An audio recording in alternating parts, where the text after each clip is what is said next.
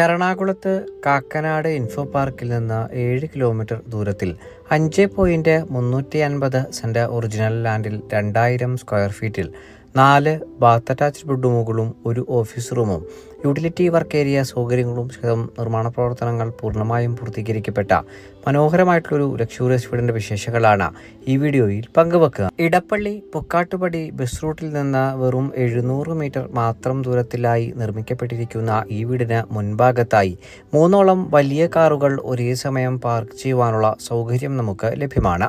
വാസ്തുപ്രകാരം പൂർത്തീകരിക്കപ്പെട്ടിരിക്കുന്ന വീടിന്റെ ദർശനം വരുന്നത് പടിഞ്ഞാറ് ഭാഗത്തേക്കാണ്.